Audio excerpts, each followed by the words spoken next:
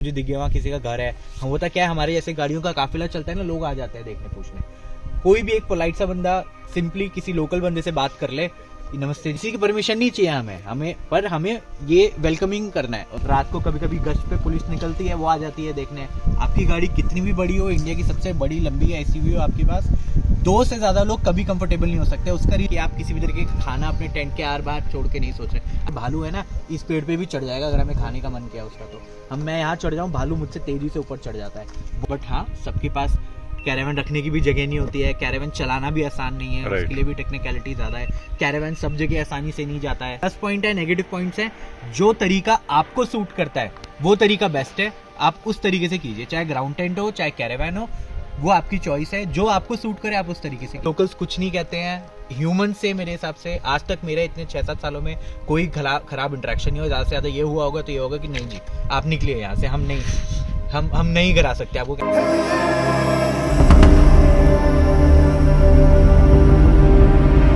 ये है अपने सुलक्ष भाई, ऑनर ऑफ नोमैड एडवेंचर्स। हाँ जी सर, ओवरलैंड, राइट? ओवरलैंड, हाँ जी। तो आज ये हमें बताएंगे few tips and tricks of overlanding. Sir अपना थोड़ा सा कंपनी के बारे में बता दीजिए। हाँ सर, टिप्स एंड ट्रिक्स क्या है, मतलब ये बेसिकली ना वो है मेरे खुद के एक्सपीरियंसेस हैं, जो मतलब मैं पिछले 4-5 साल में एक्सपीरियंस कर चुका हूँ, वही आपसे बस शेयर कर लेंगे।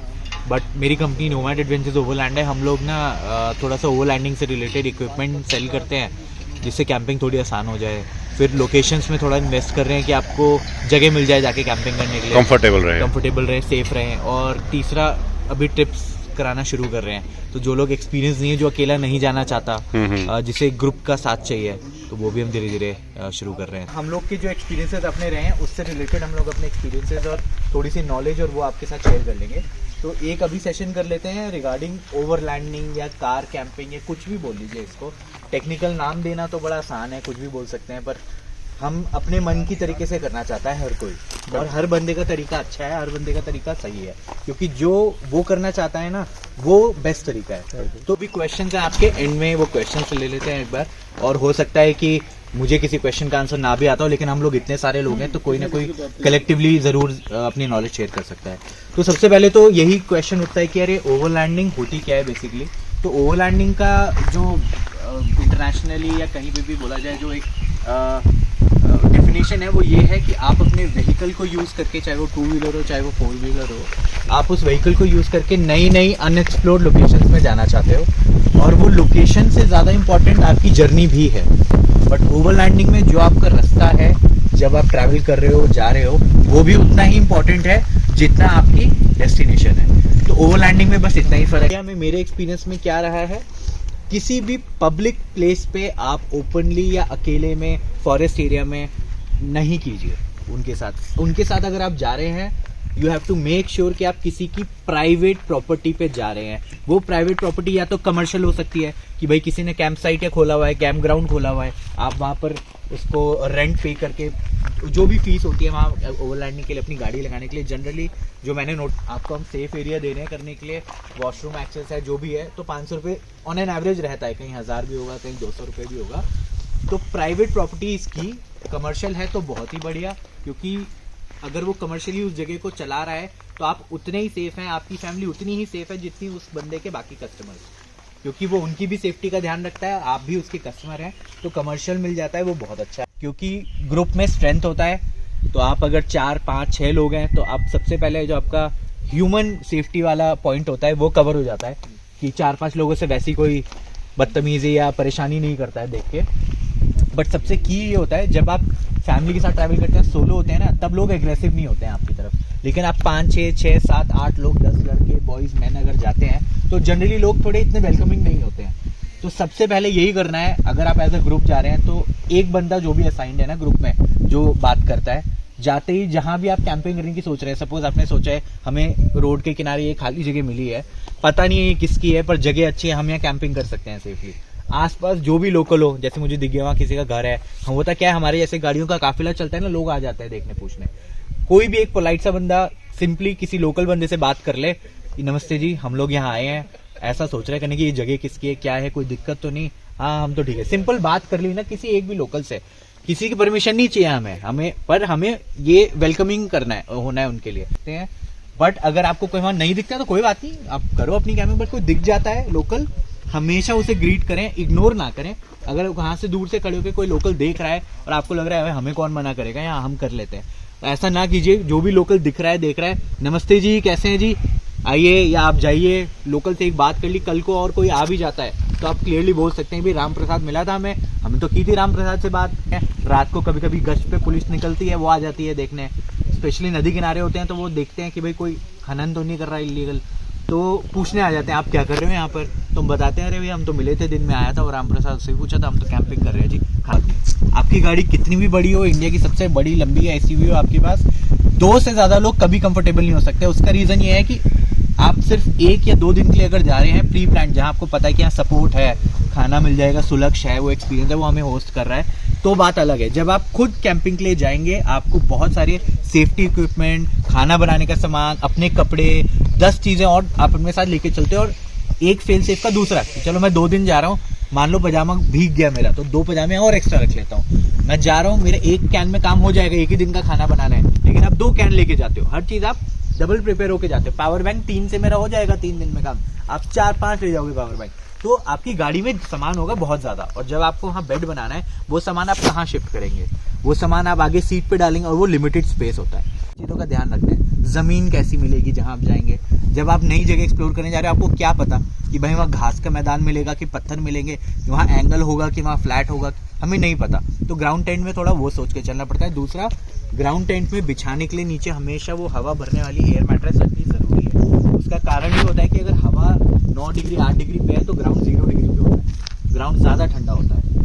जो ओस गिर रही थी, जैसे कल सारी टेबलें भीग गई थी हमारी, वो ओस नीचे गिरती है, मिट्टी गीली हो जाती है, वो और ठंडी हो जाती है, हवा से ज़्यादा ठंडी होती है। तो एयर मैट्रेस है, तो उसके लिए आपको अपना सेफ होके सोना है अंदर, कि आप किसी भी तरीके का खाना अपने टेंट के आर बाहर छोड़ के नहीं सोच रहे। अगर आपने खाने का एक झूठा बर्तन भी बाहर छोड़ दिया अपने टेंट के पास, तो कोई ना कोई जानवर अट्रैक्ट होगा, फिर वो आपकी आवाज़ से टेंट के पास भी आ सकता है, तो वो चीज़ का ध्यान रखना है। नेक्स्ट, रूफटॉप टेंट से करते हैं, तो रूफटॉप टेंट भी ऐसा नहीं है, वो आपको ग्राउंड टेंट से एक लेवल अप है, कि आपको जैसे आप गाड़ी से बाहर आए ग्राउंड टेंट में, एक लेवल अप क्या हो गया कि जगह ज़्यादा मिल गई, फिर ग्राउंड टेंट से आप रूफटॉप टेंट में आ गए, एक लेवल अप क्या हो गया कि आप ग्राउंड से ऊपर हो गए, थोड़ा सा छोटे जानवरों से बच गए। देखिए ऐसा है, कहने को तो ये वो बात है कि आप गाड़ी के ऊपर आप 100% सेफ हो, ऐसा नहीं है। भालू है ना, इस पेड़ पे भी चढ़ जाएगा अगर हमें खाने का मन किया उसका, तो मैं यहाँ चढ़ जाऊँ, भालू मुझसे तेजी से ऊपर चढ़ जाता है। बहुत वीडियोस हैं यूट्यूब पे, आपको दिख जाएगी, भालू कहीं भी चढ़ जाता है। तो अगर भालू वाले एरिया में हो, चीते वाले एरिया में हो, जो सब चढ़ जाते हैं पेड़, तो भाई इससे कुछ नहीं होता। आपको इंपॉर्टेंट ये है खाना बाहर नहीं छोड़ना है।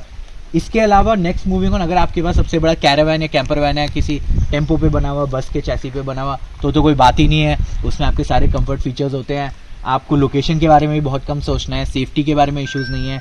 ज़्यादा से ज़्यादा बस आपको ये ध्यान रखना है कि आप किसी भी तरीके से इलीगल काम नहीं कर रहे हैं वो बड़ा व्हीकल लेके, यानी कि अगर कहीं पे नो पार्किंग है आप वहाँ पे नहीं कर रहे हैं, या कोई ऐसा सेंसिटिव एरिया है जहाँ पर नहीं होनी चाहिए गाड़ी, वहाँ लेके ना आ जाए। कैरावैन का थोड़ा सोचना पड़ता है। प्लस स्पीड भी नहीं, सबके अपने प्लस पॉइंट है, नेगेटिव पॉइंट्स हैं।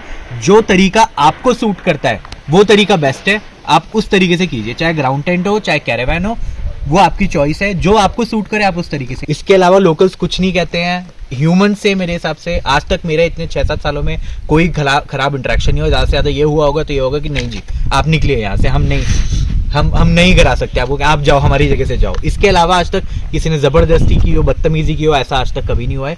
मेजर खतरा जानवरों से होता है, तो उससे बचने के लिए सबके अपने अपने तरीके तौर वो होते हैं। कुछ लोग चाकू कैरी करते हैं, वो सब करते हैं, लगता है कि डिफेंस के लिए ठीक है, बट मेरी सोच थोड़ी सी अलग है। मेरी सोच ऐसी है कि ऐसे क्रिटिकल टाइम्स पे हो सकता है कि आप एक्शन ना ले पाएँ, वो आपको कहाँ पकड़ ले, काट ले, आप एक्स चला ही ना पाएँ, वो कुछ कर दे जानवर।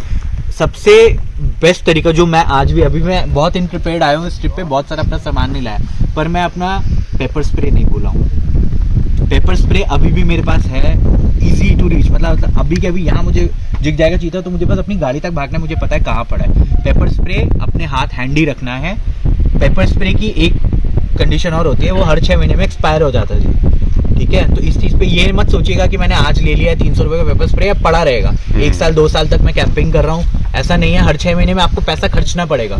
पेपर स्प्रे की एक लिमिट है, उसमें क्या है ना, अंदर का सामान एक्सपायर नहीं होता, पर वो जो गैस जो फेंकती है ना, उसकी एक लिमिट होती है, दूर कितनी दूर फेंक रही है। 6 महीने बाद ना वो खत्म हो जाता है, वो यहीं गिरेगा, उसका भी फायदा, उससे कोई डिफेंस नहीं होगा आपका। ठीक है, तो आपको पेपर स्प्रे हर 6 महीने में जब भी वो एक्सपायर हो रहा है you have to get a new one. Otherwise कितना दूर चला जाता है पेपर स्प्रे? सर यहाँ से कम 20 फीट 20 फीट चला जाता है? चला जाता है सर, खुद देखा हुआ है हाँ, फिर मैंने। और तो गलती depends से भी पेपर स्प्रे आप अगर लेते हैं, मेरा एक सजेशन है, एक बार जिस भी कंपनी का आप ले रहे हो 2 ले लीजिए, एक बार एक पेपर स्प्रे आपको चला के देखना है, घर में वॉशरूम में कहीं नहीं करना, क्योंकि बहुत मुश्किल हो जाएगा आपके लिए वो एरिया साफ करना। फिर ओपन में कहीं आए हुए हैं खेत में, जैसे आप यहाँ आए हो कहीं गए हो, थोड़ा सा एक पेपर से कोने में लेके चलेगा अपने से दूर, हवा से दूर, ऐसा ना आपकी मुंह में आ जाए हवा से, एक बार मार के देख लीजिए। उससे क्या होता है आपको आइडिया रहता है कि ये कैसे चलता है, कितनी दूर जाता है। वैसा है ना, बंदूक रख लिया आपने, आपको पता नहीं है यहाँ से वहाँ वार करेगी नहीं करेगी बंदूक, मैं निशाना लगा पाऊंगी, आपको पता होना चाहिए। चलिए 15-15 फीट और एक जमीन पे हल्का हल्का सा स्प्रे मार दीजिए थोड़ी थोड़ी दूर पे, ऐसा नहीं कि पूरा गोला बनाना है, थोड़ा थोड़ा यहाँ हमारा वहाँ हमारा। बट ये ध्यान रहे आपको कि अगर वो डिटरेंट है तो किसी केसेस में ये भी हो सकता है कि आपने पूरा यूज कर दिया, वो एग्रेसिव हो और फिर आए कि अरे यार ये तो हल्का, तो you have to have it safe. ऐसा नहीं है कि आपने सारा खत्म ही कर दिया जमीन पे डालने में, अपने बचा के रखिए उसको। तो पेपर स्प्रे मैं रेकमेंड करूंगा। नेक्स्ट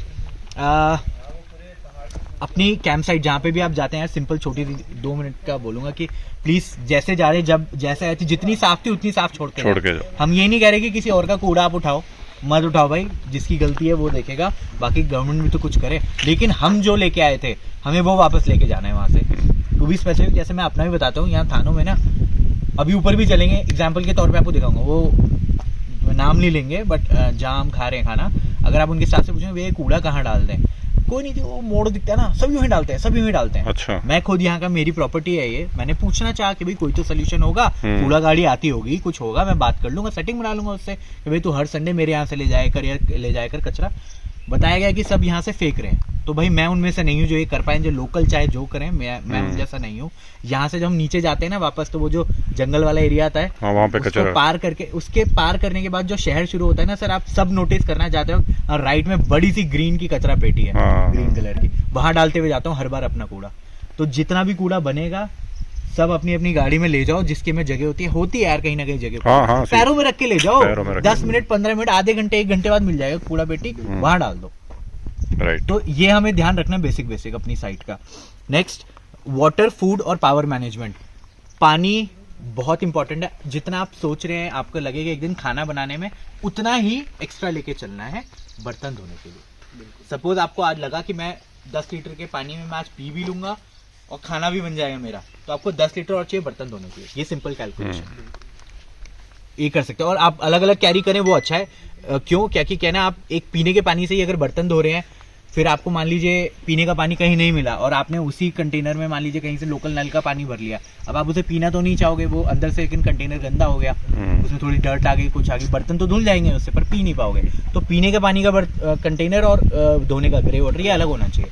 तो अपना जो यहाँ जैसे आपको यहाँ लग रहा है इसमें से लिया आपने पानी बर्तन धोने के लिए, तो वो अलग ही होनी चाहिए बॉटल अपनी, और पीने के पानी की बॉटल हमेशा अलग, पीने के पानी की बॉटल में सिर्फ पीने का पानी डालेंगे हमेशा। इसके लिए फूड के लिए सबकी अलग अलग चॉइसेस है भाई, कोई रेडी टू ईट करना चाहे तो वो, कोई फ्रेश कुक करे तो वो अपनी अपनी चॉइसेस है। मैं ज़िंदगी के 5 साल बिना फ्रिज के वो लैंडिंग करी है, मेरे पास फ्रिज था ही नहीं कभी से। अब मेरी कंपनी फ्रिज सेल भी करती है, मैं खुद भी यूज़ करने लगा हूँ, बट ऐसा नहीं है कि फ्रिज के बिना आप कैंपिंग नहीं कर सकते। मैंने खुद करी है 5 साल। हो सकता है छोटा सा चेंज है कि मैं वेजिटेरियन हूँ तो मुझे कुछ कोल्ड फ्रोजन मीट्स नहीं ले जाने होते, बट जनरली क्या होता है सब जगह लोकल मिल जाता है। अगर आप यहाँ भी आए होते, होटल वाले को बोलते भैया मुझे कच्चा चिकन दे दीजिए, मार्केट में कहाँ मिले, आप ले सकते हैं। Last, power management. हर दिन का 20,000 mAh पर फ़ोन आपका लगेगा।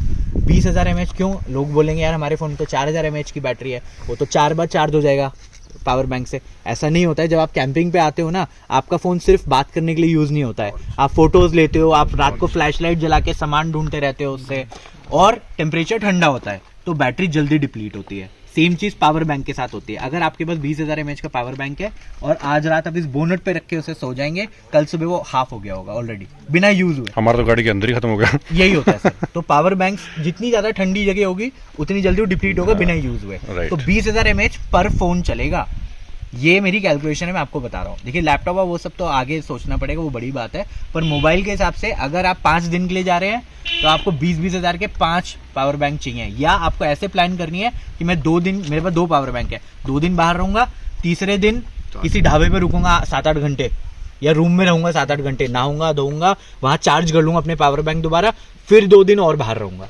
तो अगर 5 दिन की ट्रिप है तो ऐसे प्लान कीजिए, हर रोज हर मोबाइल का 20,000 mAh, इससे कम ले जाएंगे तो जरूर परेशानी में होगी। ऐसे ही करते हैं भाई। दिखने आर पार दिखने वाले डब्बे, बड़े डब्बे जो आपकी गाड़ी में फिट है, प्लास्टिक के अच्छे सॉलिड लेके चलिए, वो वाले जो एक के ऊपर एक रख सकते हैं। खुले में पॉलिथीन में गत्तों के डब्बे में ले जाने में हमेशा गत्ते के डब्बे फट जाते हैं, पॉलिथीन फैल जाती हैं, सामान फैला रहता है, वो बहुत बेकार है। बड़े बड़े प्लास्टिक के डब्बे लीजिए, कभी कभी कुर्सियां कम पड़ जाती है तो वो प्लास्टिक के डब्बे इतने सॉलिड होते हैं, उन पे बैठ भी सकते हैं। Moving on next, butane versus LPG, ये थोड़ा सा वो है टॉपिक की। ब्यूटेन के कैन लें जो 100 150 रुपए का एक पड़ता है खाना बनाने के लिए, या एलपीजी के सिलेंडर्स, आजकल तो वो ट्रैवलिंग वाले भी आते हैं जैसे अनिरुद्ध जी के पास है, या वो लें। अब ये एक पर्सनल चॉइस भी है और एक ना डिसीजन भी है आपके लिए। ये इसलिए मैं बोल रहा हूँ कि एलपीजी बहुत चीप पड़ेगी और बहुत अच्छी क्वांटिटी में आपको मिल जाएगी, बट एलपीजी के साथ एक कंसर्न ये है कि वो मिनिमम 5 लीटर के कंटेनर में मिलेगी। ब्यूटेन के साथ क्या है, वो 200 ml की कैन्स आती हैं। अब हम बात करते हैं, वैसे तो किसी के साथ कहीं भी ना हो, बट अगर हमारा सिलेंडर या कैन फेल हो जाती है, अगर हमारा सिलेंडर फेल हो गया तो 5 लीटर गैस निकलेगी। अगर मेरा कैन फेल हो गया तो 200, एक ही कैन फेल होगा ना, बहुत सारे कैन्स है मेरे पास, मेरा एक कैन फेल हो जाएगा, 2 हो जाएंगे तो 200 ml गैस बाहर निकलेगी। तो प्रोबेबिलिटी डैमेज होने का किसी भी तरीके का या कुछ गलत हो जाने का एलपीजी में थोड़ी ज्यादा। एलपीजी 500 से कम आता ही नहीं है, 5 लीटर से कम तो, और उससे कम लेके भी क्या जाने जब एलपीजी ले आ रहे तो। दूसरा, ब्यूटेन में क्या होता है, जितनी ज्यादा आप हाइट पे जाएंगे, ठंड की बात नहीं, ठंड में दोनों पे सेम इफेक्ट आता है। एलपीजी और ब्यूटेन दोनों ही, जितना ठंड होती है ना उतने कैन काम करना कम कर देता है, अंदर का प्रेशर। अब कल हमारी मैगी हम रात के 2 बजे बना रहे थे तो गैस थी उसमें, पर वो दे नहीं रहा था अच्छे से फ्लो, क्यों? क्योंकि ठंडा हो गया था कैन। तो मैंने एक नया कैन लिया जिसमें बहुत ज्यादा गैस थी, तो उसने अच्छे से प्रेशर दी। यही चीज आपको एलपीजी में भी होगी, लेकिन एल्टीट्यूड की बात करते हैं जहां ऑक्सीजन कम होती है। एलपीजी को अच्छी ऑक्सीजन चाहिए गर्म करने के लिए और जलने के लिए, ब्यूटेन कम ऑक्सीजन में भी जलता है, ये फर्क है दोनों में। तो अगर आप हाई एल्टीट्यूड पे जा रहे हैं तो ब्यूटेन ही काम करेगा, ठंड में जा रहे हैं तो दोनों में दिक्कत सेम है कि वो भी कम प्रेशर से आएगी एलपीजी। अगर कम है ना, 1 लीटर बची है अगर, तो वो कम धीरे धीरे आएगी, जबकि घर में तो 1 लीटर बहुत तेज तेज आती है अगर क्योंकि नॉर्मल मौसम होता है वहाँ। तो ठंड में दोनों सेम काम करेगी, पर एल्टीट्यूड में ब्यूटेन अच्छा चलेगा। तो वो अब सबकी बाकी इंडिविजुअल चॉइसेस है। सेफ्टी का कैसे रहता है इसमें, एलपीजी इज मोर सेफ? और सर देखिए, ब्यूटेन के ब्यूटेन में भी ना डिपेंड, अलग अलग 10 कंपनियां बनाती हैं कैन, उनमें से 1-2 ही सेफ है, क्योंकि उनके प्रोडक्ट्स टेस्टेड है, वो इन्वेस्ट करते हैं अच्छी कैन में। मैं जो पर्सनल ब्रांड यूज करता हूँ वो है हंस। तो जो हंस के कैन है मैं दिल्ली में खरीदता हूँ और फिर मैं लेह लद्दाख जाता हूँ, बीच में 14,000 फीट 16,000 फीट के पासेस आते हैं। उन पासेस पे दिल्ली से खरीदे हुए चिप्स के पैकेट फट जाते हैं। राइट। और जब पहली बार ये किसी के साथ होता है ना, वो बहुत डरता है। आप अकेले चल रहे हो रोड पे, एकदम से पास एकदम से फटा, ये क्या हुआ? आपको लगता है टायर फट गया, क्या हो गया। पर जिनको एक्सपीरियंस होता है वो समझ जाते हैं कि चिप्स फटा होगा। तो यही चीज आपके कैन्स के साथ हो सकती है अगर वो बेकार कंपनी की कैन है। हंस की देखिए, एलपीजी का सिलेंडर नहीं फटेगा, पहली बात। हाई एल्टीट्यूड पे वो बहुत सेफ होता है, वो बहुत स्ट्रांग होता है। लेकिन ब्यूटेन के जो अगर कैन है वो अच्छी कंपनी का होना चाहिए। और ना बहुत लोग क्या करते हैं, उन्हें रिफिल कर लेते हैं, तरीके आते हैं उसको भी फिल करने के, अडेप्टर आते हैं उससे भर लेते हैं, ब्यूटेन के सिलेंडर को कर लेते हैं। वो नहीं करना चाहिए, क्योंकि उसकी सील होती है ना, वो एक तरफ हवा फेंकने के लिए बनी होती है। आप दूसरी तरफ से डालते हो वो सील डिग्रेड हो जाती है। फिर वो बाहर जाते, एल्टीट्यूड पे 10,000 फीट पे पहुंचे, चिप्स का पैकेट बाद में फटा, कैन पहले फटा। तो ये ध्यान रखना है, अच्छी ब्रांड का लेना है आपको, तो कोई दिक्कत। बट जब आप अटल टनल वगैरह क्रॉस करते हो वहाँ पे आपका एलपीजी तो अलाउ नहीं करते, पूछते नहीं करते। ब्यूटेन के लिए कोई प्रॉब्लम, हाँ ब्यूटेन के लिए कोई रोकता नहीं है। ब्यूटेन ये कैंसिल, वो एल्टीट्यूड का इशू है। जो चीज ना देखिए, वो लोग तो क्या है, उनके पास सबको समझाने का टाइम नहीं है ना कि हम क्यों नहीं ले जाने दे रहे आपको एलपीजी और क्यों ब्यूटेन के लिए पूछ नहीं रहे आपसे। वो बस सवाल करते हैं, जाओ बहुत भीड़ है, पीछे लाइनें लगी होती नहीं सकते हैं। पर लॉजिक यही है उसका कि एलपीजी में प्रोबेबिलिटी है बहुत सारे डैमेजेस की। ब्यूटेन के अच्छे जो कैंस हैं वो सिगरेट वाला होता है, उससे नहीं जलती है इजीली। या तो आपके पास क्या हो, एक ना ब्यूटेन का जो सिलेंडर होता है ना, उसके ऊपर कैन होता है, उसके ऊपर लगाने वाली टॉर्च आती है, जिससे ऐसे बटन दबाओ तो बहुत तेज फ्लेम आती है। या तो आपके पास वो हो, आप उससे लकड़ी जला लीजिए, हो गया। वो सबसे आसान तरीका है। नहीं हो तो किसी के तरीके छोटा सा आप फ्यूल कैरी करो। फ्यूल में ना पेट्रोल और ये नहीं कैरी करना, डीजल आपको। हाँ, मिट्टी का तेल भी छोड़ दीजिए, वो भी डेंजरस है कैरी करना। आप देखें ऑनलाइन ना 100 रुपए के वो सिगरेट लाइटर, सिगरेट के ना वो नहीं, ये ब्यूटेन के जिप्पो के, हाँ सर फ्लेम वाला तो आते हैं, जिप्पो लाइटर का फ्लूइड आता है, वो ऐसी कैन में होता है जो लॉक होती है, ऐसे ऊपर से टिप खोलते हो तो अनलॉक होती है, वो कभी नहीं फैलती। आप ऐसे ऐसे भी कर लो, दबा लो, वो फैलती नहीं है, कहीं नहीं, वो सेफ है। थोड़ा सा छिड़क लिया, आग लगा ली, लग गया। तो ये सब चीज़ें ध्यान रखते हुए आपने करना है। और एक तरीका जो सबसे वर्स्ट है बट बहुत कारगर है, वो है जी पॉलीथिन। देखो सब बोलते हैं पॉलीथिन नहीं जलानी चाहिए, पोल्यूशन होता है। हाँ ये बात सच है, लेकिन आप ऐसी जगह फंस जाए जहाँ आपकी जान की कीमत है वर्सेस एक कुछ पॉलीथिन जलानी है, तो आप अपनी जान बचाना चाहेंगे।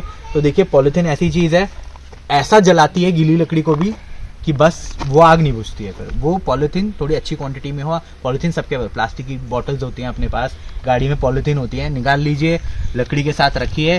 क्या होता है जो पॉलीथिन जल जाती है ना, वो पिघल के केमिकल बन जाती है, लकड़ी को पकड़ लेती है और वो इतनी तेज आग पकड़ता है। फिर ये लास्ट तरीका है करने का, बट पॉलीथिन से बहुत जल्दी जलती है। और कुछ अलग से क्वेश्चन इनसे अलावा भी कुछ पूछना हो तो प्लीज़ बताइए, किसी को कोई क्वेश्चन? अब सर थोड़ा रूफटॉप टेंट के बारे में बताऊंगा मैं। हाँ बताइए सर, किस चीज़ के मतलब रूफटॉप टेंट में जैसे क्या कुछ है इसमें, क्या जो भी फैसिलिटी है इसके अंदर, वो सारा कुछ। सर देखिए रूफटॉप टेंट ग्राउंड टेंट की तरह ही है, बस आपको 2-3 अपग्रेड उससे मिल जाती है कि उसका बेस सॉलिड है, तो आपको फ्लैट ज़मीन ढूंढनी है, पत्थर कंकड़ है कि नहीं है वो सब नहीं सोचना। गद्दा उसमें से पहले ही है, तो एयर मैट्रेस लेके नहीं जानी है। आप उसमें अपनी बेडशीट, एयर पिलो वगैरह डिफ्लेट करके अंदर ही जो सामान उसका, एक आप अपना बेडरूम का जो सामान होता है एक तरीके से, बेडरूम का बेड, आपका बेड पैक्ड है हमेशा आपके लिए। जिस दिन मन किया बस आपको अंदर खाने का चेयर वेयर लेके रखना है और आपकी कैंपिंग शुरू कर सकते हो। रूफटॉप टेंट का एक ये फ़ायदा है। दूसरा, रूफटॉप टेंट का जो आप डिज़ाइन चूज़ कर रहे हो, हमारे वाले जो डिज़ाइनिंग को बोलते हैं हार्ड शेल टेंट, है ना, इसमें वर्सेस जो दूसरे रूफटॉप टेंट होते हैं सॉफ्ट शेल टेंट, सब ने अपने अपने फ़ायदे, अपने अपने नुकसान है। हो सकता है कि आपको कम बजट प्राइसिंग में आपको रूफटॉप टेंट्स मिले या ज़्यादा बजट प्राइसिंग में रूफटॉप टेंट्स मिले, सब में अपने अपने कुछ बेनिफिट होते हैं। जैसे कि इंडिया में बहुत सारी यार गाड़ियाँ आती हैं सर, 5 लाख की भी गाड़ी है, 50 लाख की भी गाड़ी है और 1 करोड़ की भी गाड़ी आती है, तो सबके अपने अपने फ़ायदे हैं ना। ऐसा थोड़ी 5 लाख वाली गाड़ी नहीं है, वो भी गाड़ी है, उसका अलग यूज़ है। कई जगह होता है कि डिफेंडरें फंस जाती हैं बर्फ़ में और ऑल्टो भग जाती है यहाँ से निकल के। तो हर गाड़ी के अपने प्लस और नेगेटिव्स हैं, उसी तरीके से हर प्रोडक्ट के रूफटॉप टेंट्स अलग अलग टाइप के हैं। आपको जो सूट कर रहा है आप वो चूज़ कर सकते हैं। बट रूफटॉप टेंट्स के जो बेनिफिट है, फ्लैट ग्राउंड के बारे में सोचना नहीं, छोटे मोटे जानवरों से, सांप बिच्छू से आपकी सेफ्टी हो जाती है। ग्राउंड टेंट से ज़्यादा विंड को वो करते हैं, रेजिस्ट करते हैं। क्यों? क्योंकि ये नीचे से पूरा बेस आपकी गाड़ी से चिपका हुआ है ना। कपड़े की क्वालिटी अच्छी होती है रूफटॉप टेंट्स की, तो वो कहीं उड़ के नहीं जाता। ये जो जनरली रूफटॉप टेंट्स होते हैं 40 से 60 किलोमीटर पर आवर तक की स्पीड्स को झेल लेते हैं। और हम सर इंडिया में रहते हैं, यूएस में नहीं है, हमारे यहाँ इतनी तेज़ नहीं चलती हवा। पार्ट्स रिप्लेसेबल होते हैं रूफटॉप टेंट्स के, तो ऐसा नहीं है कि आपने एक बार ले लिया। तो अब जैसे डीकैथलॉन का जो टेंट है उसके पार्ट्स क्यों नहीं मिलते, आपको मिलते हैं। अगर आप देखें डीकैथलॉन की साइट पे खुद, तो जो पोल्स है ना, जो हमने पोल लगाए, मान लो आपको पोल टूट जाए, खो जाए, तो क्या आपका टेंट बर्बाद हो गया? नहीं, आप डीकैथलॉन में फ़ोन करो, पोल मिलते हैं। तो हर कंपनी कुछ ना कुछ रखती है, तो किसी भी तरीके का हो वो मिल जाता है। और कोई क्वेश्चन सर किसी का? बस जी, बस ओवरऑल डन।